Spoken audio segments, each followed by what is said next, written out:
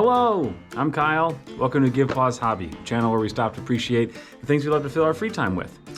Today I'm back with more Project Jumpstart, but this time it's only in one box, and this time it's just a very particular kind. This is my one box world of Project Jumpstart, Lord of the Rings. So for those of you who are joining, who are checking this out because you see the Lord of the Rings, you're not sure about what the Project Jumpstart moniker really refers to.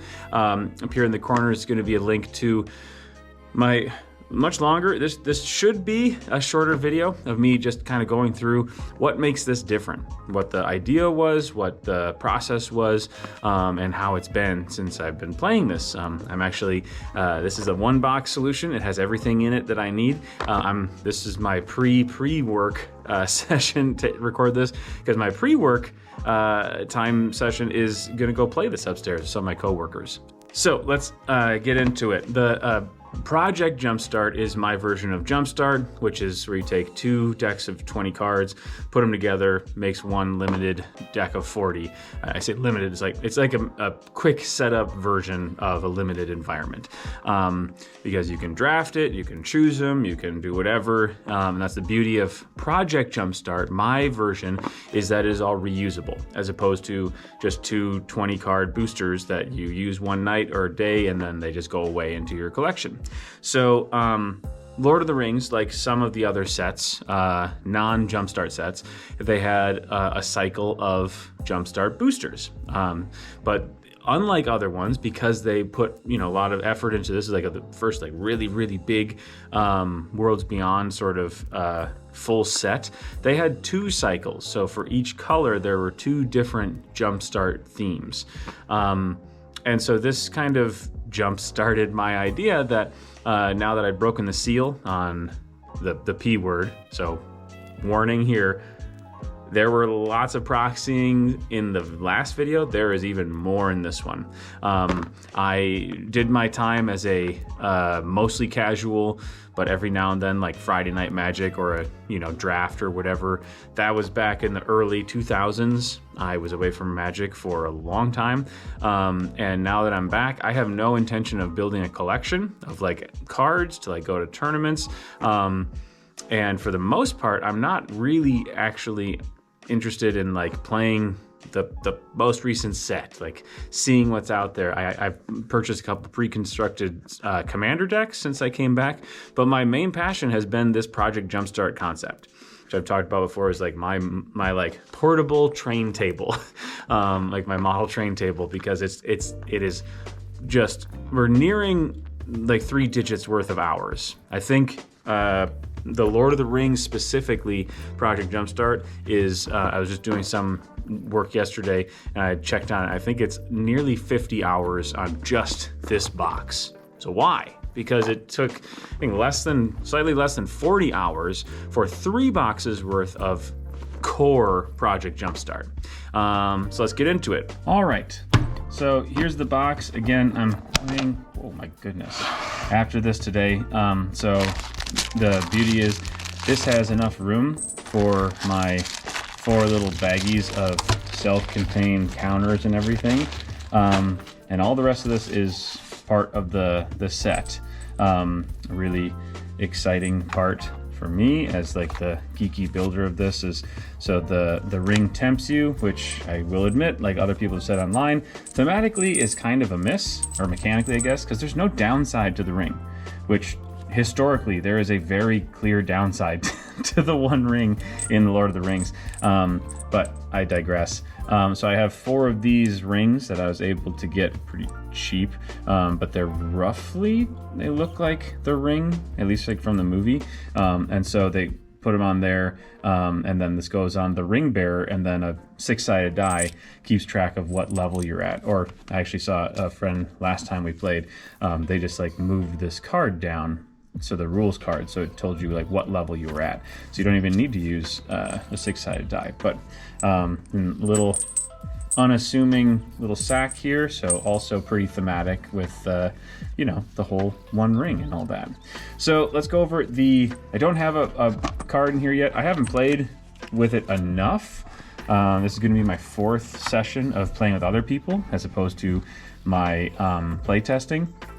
Now, I had many games with the original 10 themes, and then continued against the custom themes as I was making them, which I essentially completely did away with. Like in my BG stats, I have a different label for what was before and after I made the custom themes. So we're starting over. You know, Voices of the Sea is one of the new ones. This has been played twice, and it has won twice, so it's doing quite well. But for instance, let's see. Oh my goodness. Yeah, so Fires of Mordor, which Mordor was just one of the original sets. That has been played once. The original Mordor has been played many more times than just once, but since this is like a contained environment, I wanted all these like stat cards to reflect that. Like, I don't want them to be like, oh, it's only won one time against these ones, but it's been played 7 times and won 4 of them against like other decks that we'll never play in here. It doesn't make sense. So as hard as it was as a stats geek to like throw those numbers and those figures away, again, being a stats geek, I was pretty excited to be like, well, this is this. So there it is. So yeah, the parts that we have, so our drafting cards, again, using the same color code, color scheme as the core set. So I use the full art lands, and then you know, put a picture like of something indicative of the theme, and then a quote, and then a part of the quote is what I use for the actual name. So we'll kind of go through those a little bit. I'll try to keep myself this part like somewhat streamlined, again, because I have a game to get to. But yeah, the original Lord of the Rings Jumpstart had actual you know, card fronts, but the problem was I couldn't find the card fronts for the second set, and some of the like art that they used, that card left that theme. It found a home somewhere else, so it didn't really obviously match. And I knew I wasn't going to look anywhere close to as good as what they make them look like for the actual set, so I just did something completely different, which I think came out pretty well, if I do say so myself. So that's that. What we actually lots of time will draft with are, I have a set of the 10 Lord of the Rings dual lands, and I have 3 of each. So there are 3 themes. So in theory, in a, you know, say I have a group of 8 people who are playing, well, that wouldn't work. Let's say 4 people who are playing, and you know, they're drafting from everything. There are only 3 possible like players who can have green or red or whatever it is. So I only need 3 of each, but I do need 3. So I can't just have 1 to draft like I do in the core set, because I might need more. So yeah, so again, I said these are the Lord of the Rings ones that come into play tapped unless you control one of the 2 types. The only thing is there's one from Ixalan for red-green, because they just don't have that one in Lord of the Rings. And this is, I think, coming from the commander side of things. There just wasn't enough red-green synergy, I guess. Same thing goes for over here.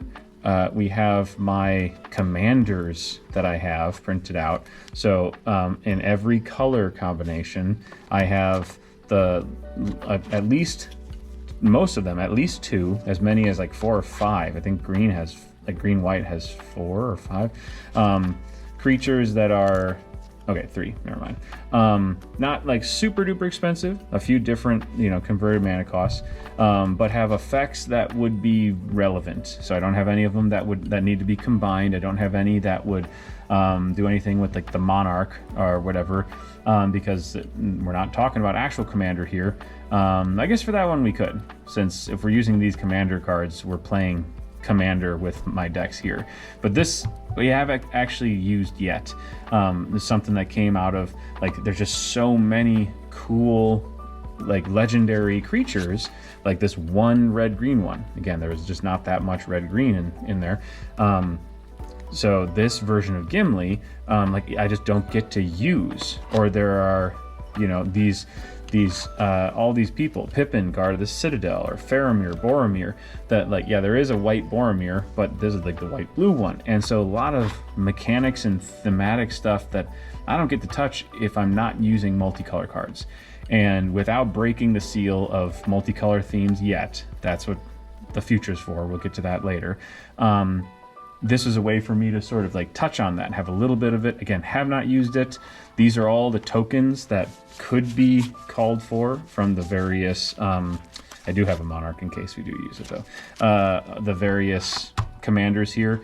But yeah, have not used that yet, but that's another thing. So let's go through these decks and show you what I'm working with. So first up, let's look at green.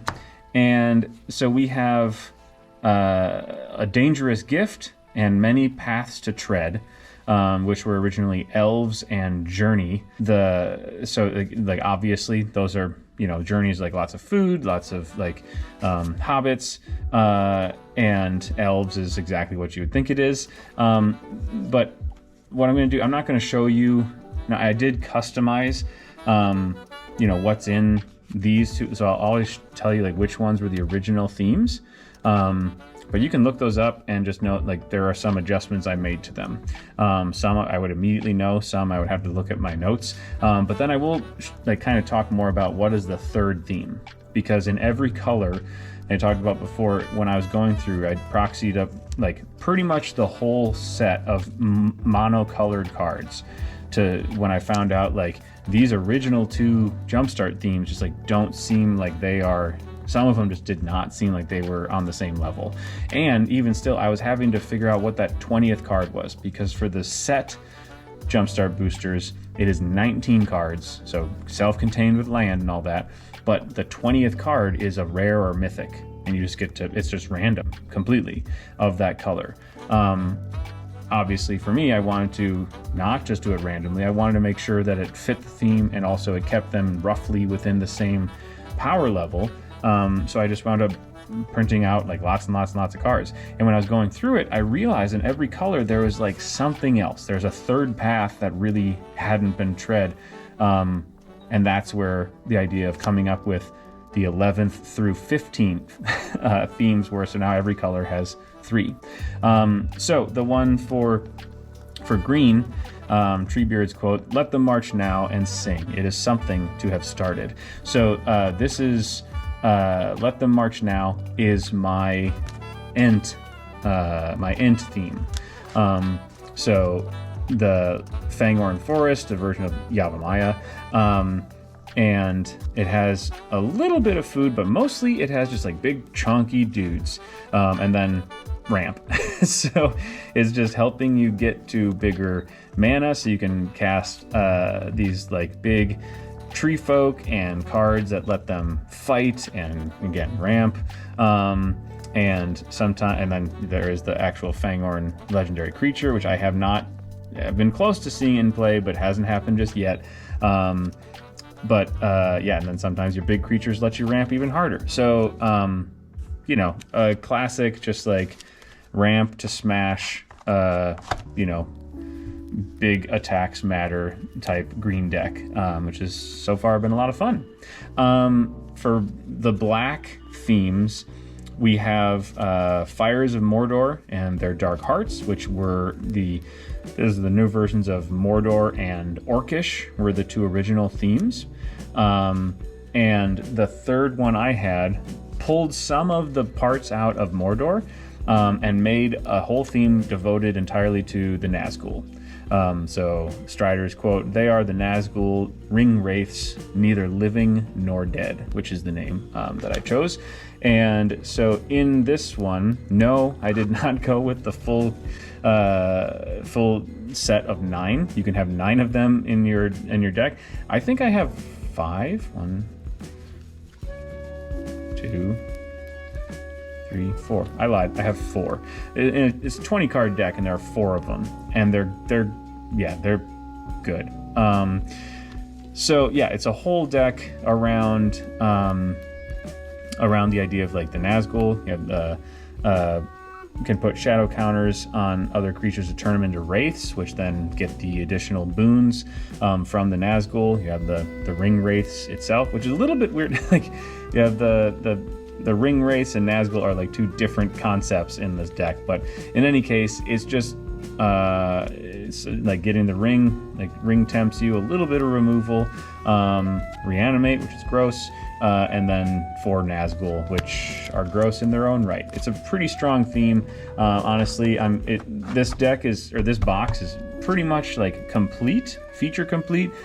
There's still going to be an ongoing like ear to the ground, just to see like, is this balanced, just to make sure that it is, because I want to make sure it's still fun. So for white, the original 2 were human and courageous. So human has become It Is Not This Day, from Aragorn's awesome quote with the Riders of Rohan, and then Worth Fighting For, which is Sam's quote. So again, those things, the courageous one didn't change too much. The humans one changed a decent amount because there's this, it seemed like there was a bend towards equipment in the deck, and that if it was working, it worked really well. And there were some things like equipment matters effects that just kind of like meant that the humans deck was pretty outsized in its success in the original one. So I love equipment, but what I thought was even cooler, and I'll show it off in this one, is if every one of these decks, there's enough equipment that every one of these has something. For instance, the courageous one has Mr. Bilbo's or Mr. Baggins' ring, or heirloom, whatever it's called. So everything has a piece of equipment, which means you have like this added layer of mixing. You're mixing these two 20-card themes, but you're also mixing like, the Nazgul blade of neither living nor dead and whatever you have in your other deck. So I think it means everybody has some equipment, just like it fits that theme. So then the third theme is probably the least distinct of all of them. It's kind of originally my idea was birds, because there are a ton of white birds like effects in this set. I went with Elrond's quote, "There is naught that you can do other than to resist, with hope or without it."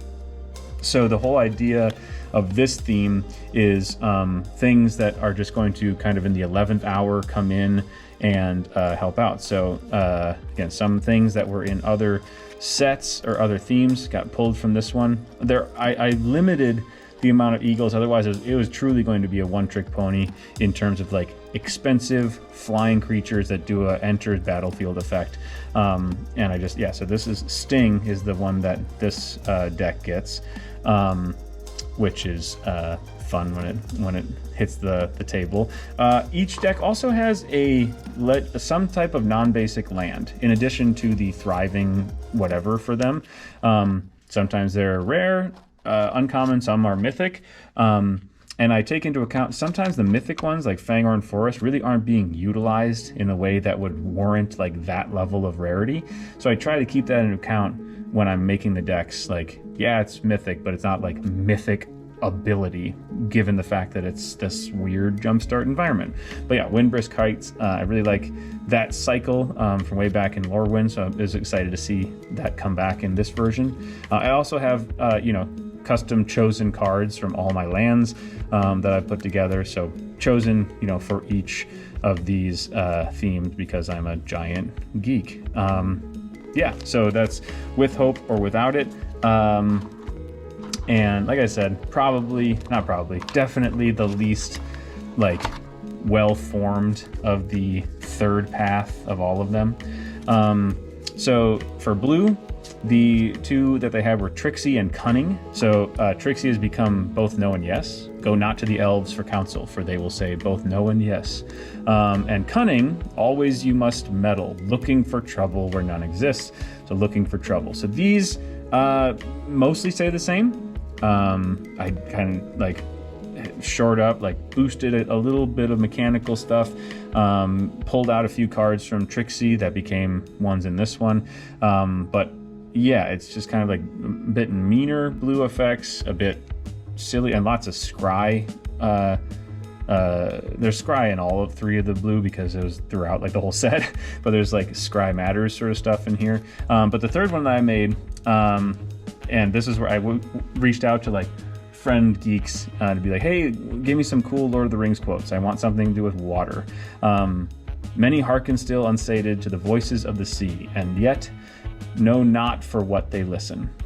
Slight adjustment to that quote to make it fit in here from the Silmarillion. So in this Voices of the Sea, originally I had this idea of this one being pirates. So perfect. So Greyhaven's Navigator is an example of something that was in Trixie, and I was like, yeah, just like make that we'll come back to that. Make all these like pirate effects, which like there were an amount which I'm not getting right now, or some of the other ones. Yeah, Captain the Umbar. So like they weren't like huge mechanical. There's a little bit of like thematic stuff, but when I started really looking at thematic things, I found out there definitely a bend towards a couple watery things in here, and that has to do with these 2 kraken. So the Watcher in the Water and Monstrosity of the Lake, which are both just like giant and have some cool effects. And specifically Watcher in the Water comes in with 9 stun counters on it. So that's where Dal Amroth is great because I can untap target legendary permanent, which Watcher in the Water just always is. But yeah, so it's just kind of like thematically like watery, kind of creepy. It's not all, oh yeah, and then just like a way to kind of ramp up to what we need with black or basalt monolith. So it's a little bit of a everything but the kitchen sink theme, kind of like the birds one, but super fun, and I really like that one. So last but not least, for red, we had Marauders and Riders, which has become it festers and spreads, and the joy of battle. So they thematically pretty much stayed the same. Mechanically, I adjusted a little bit. There's a little bit of like board wipe sort of stuff in Marauders, a little bit meaner. I didn't change that much in Riders, but again, the thing that seemed to be there that just, it was represented in both, but there were enough cards I thought to support it as its own thing, was just like the concept of the Mines of Moria. So we have now but one choice. We must face the Long Dark of Moria. So Long Dark of Moria is the last theme to talk about here. And so what was cool about this was, and it was inspired by the fact that the strange bedfellows of a Lord of the Rings Jumpstart theme, or environment, that sometimes you're going to have the good guys and the bad guys teaming up together, and you're like, but why though? You might have like the hobbits and like Mordor going together. So this isn't specifically like the good or the bad of Moria. It's just like the environment of Moria. So you have some things that are, and then this one, I actually have yet to see this hit the battlefield. It might be a little bit strong for what it is and for the environment it's in. We'll see, but this is kind of like my nod to like the Balrog, which is a thing. There are Balrog, there are actually 2 different commanders, one that I'm using, one that's at home that I'm not using. But just like, some big thing that's also in Moria. But lots of treasure, making treasure tokens, Gimli, Glowin, and just lots and lots of goblins and orcs and dwarves, and and then things to do with the ring. Like obviously I'm kind of taking a little artistic liberty. Like this isn't Moria where the ring was inscribed, obviously, but it is underground and dark and all that, so it kind of works. But again, that's how I took 10 themes to 15, which is where they're at. And obviously all the white cards you see here are the tokens to go with all the different themes. Some of them do not have any. Most of them have at least a treasure or what you call it, a orc army. It's a pretty common one. And yeah, it's a super duper fun set. And I have been really happy with how the process went. And again, it's given me maybe a little bit of slightly unearned confidence that I understand what I'm doing when I'm custom making something in this like Project Jumpstart like heading. But be that as it may, this has been a ton of fun. So let's go back over to the chair and I can close out thoughts on this and tell you what's coming up in the not so close future under the Project Jumpstart heading. So that's Project Jumpstart, Lord of the Rings edition. Now, again, this has been a wonderful opportunity for me to sort of cut my teeth on deck building as it was with the original Jumpstart. There really wasn't. That was part of the beauty, is that I not only got to build this world, but also like get to playing and get to teaching or reteaching for my friends who have been away from it with like zero friction. It was like right into the game. And that is why I still love Project Jumpstart. You know, the fact that I've made this box doesn't mean that those 3 boxes are suddenly going to be like worthless, because ever since building this, I have played multiple like sit down evenings of Project Jumpstart core version, because they're just kind of 2 different things. The power level is definitely higher in Lord of the Rings. It's partly because we start with extra land, but just like the cards that I thought like this needs to be in a deck about Ents, or this one needs to be in the deck with like Saruman or whatever it may be. You know, thematically, some of them were just like too good not to have. Mechanically, that meant that some of those cards were like pretty powerful, like, you know, items to include. And so just all the themes have sort of crept upwards. Jumpstart in general is a lower power. Again, it's a limited environment. Sometimes you can get by with just spamming like a couple of creatures with good evasion, but that's the beauty of it in my opinion, is that it's like so tactful, or it's like tactics based. You can have strategy, but you just like don't have the reliability of it. And it's much more important to be able to, like, on a piece by piece basis, work out trades, see how you can get snuck by and all that. That still happens in Lord of the Rings, but there are just some bigger set pieces, some bigger effects, some just like larger than life creatures, and the equipment, some of them, and it's just like a little bit more of everything. But again, it's based off of Lord of the Rings, so that's what I kept coming back to. Like, I don't want to cosplay as, like, you know, the elves, like, second string you know, squad. If there's for the dangerous, what is it called? Dangerous Gift. With, like, you know, these powerful elves, like, I wanted it to feel powerful. I wanted the Ring Wraiths one, Neither Living Nor Dead, to feel like scary. I wanted the Mordor one to feel oppressive. I wanted the Journeying one to feel expansive. Like, I wanted all these things that the books and the movies give us. I didn't want to have just like kind of the watered down junior version. So therefore power level is just a little higher, but is what it is.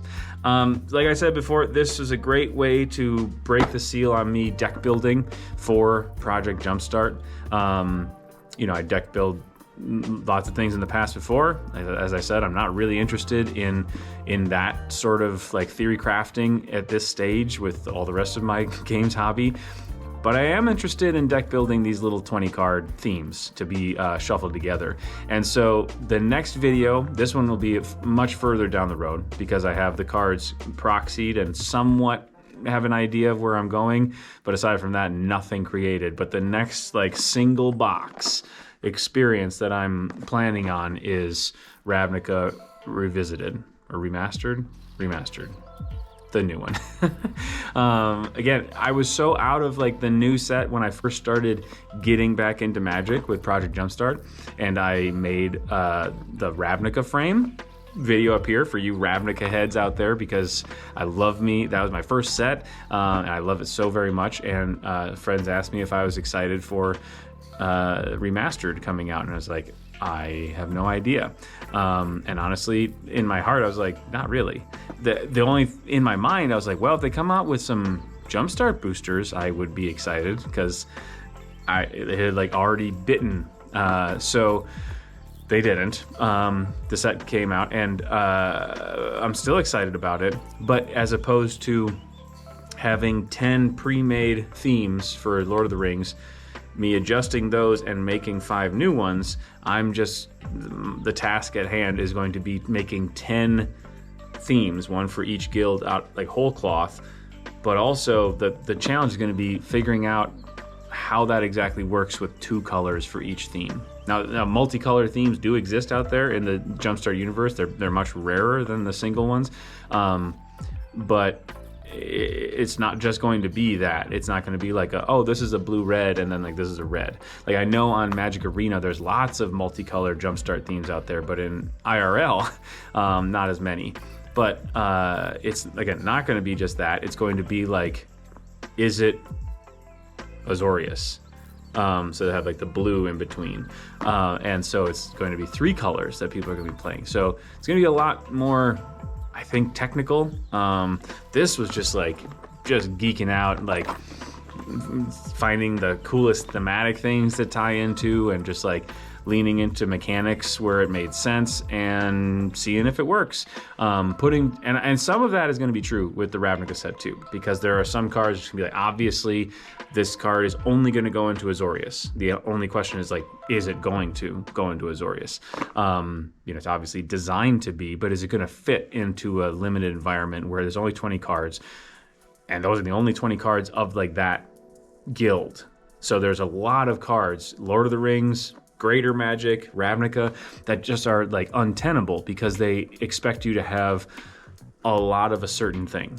A lot of cards that cost 5 or more mana, a lot of equipment, a lot of whatever, and that's just not the reality that any of these Jumpstart themes are going to be in. So even as cool as some of those cards are, and there are a lot of Lord of the Rings cards on the cutting room floor that some I did try. I was like, this is such a cool card, but either it just like didn't work, or it was primed to work too well. Like in the environment that it's in, it just did too good of a job. And as you know, deck building, when you're building just for yourself to then go take to play, if something does too good of a job, for the most part, no big deal. But when you're making something like this and you want it to be self-contained, much bigger deal. But in any case, that's Project Jumpstart, Lord of the Rings edition. It's been super fun, just like going deep into figuring out how to make this experience replayable and enjoyable and balanced, and I love it so very much. So I think this is a little bit shorter than the other one. Sorry, probably not as short as I intended, but hopefully it was enlightening to see what else you could do in Magic. I think for a long time, like my concept of like, standard back when I was playing a bunch of, and then there are like the other formats, and then there are some of our like multiplayer formats, and they're all kind of like house rules. But at a certain point I realized like every format is just like a house rule. It's just a matter of like how many people know about it and how accepted is it. And when I first started wrapping my head around that, it's like, well, there's only so much I can do from a composition standpoint. So what ways can I draft it? And then when the Lord of the Rings ones came out, and there's that one card I needed to fill in, and then there were some balance issues that I needed to go in and adjust, then I realized like, well, now I'm kind of tweaking with it, and then that's where the dual land at the beginning of the game came from. So it's just been really fun to look at Magic, and like Jumpstart specifically, but Magic broadly, as this set of tools in a way that I've never really looked at it before. I've looked at cards as tools, as to put in what to put into decks. I've never really looked at the game itself as a series of levers, knobs, and switches, and be like, well, let's play a game like this. And every now and then we would get creative and just like throw an idea out for a 3-player like variant or whatever. But for the most part, we were playing things that we had heard from other people. And this is a very new world where I'm just like kind of shooting from the hip and seeing how things work out. And it's it's been a ton of fun. So if you're interested in this, again, hopefully you looked at the longer video, because that has much more of like the history and the process and all that in it. And if you've watched both of them, at a certain point there will be one about Ravnica, and who knows what else I'll be making. So I'm sure I'll be checking back in with the core set at some point. And you know, from core to Lord of the Rings to Ravnica, the really cool thing is this is like building up my confidence. Well, I mean, we'll see how Ravnica goes, but if it's successful, and that trajectory is like 0 deck building, little deck building, now I'm doing custom themes, now I'm doing an entirely custom set with Ravnica, I have no idea where the next thing is. It opens up that and the world of proxying, which I know people are vehemently against, but I don't care about building my collection. I just care about experiencing these cards that I'd seen, but I am not going to pay money to get cards that I'm never going to go out and play a tournament. I am a big enough geek and have an amount of, you know, a little bit of disposable, like fun money to do something like this. Print out proxies, make a whole contained set, and say with like Strixhaven, a set that I never played but I was interested in, or go back to like Lorwyn, a set I did play and I loved, to make my box of those sets. I have no idea. So again, if you're interested in this, hopefully you enjoyed these videos, and there'll be more coming. Can't say exactly what they are, except the Ravnica one, but even that, I can't exactly say how that's going to go. I just hope it's going to be fun or good or interesting or whatever. So until then, thanks for taking a pause with Give Pause, and whatever it brings us, see you next time.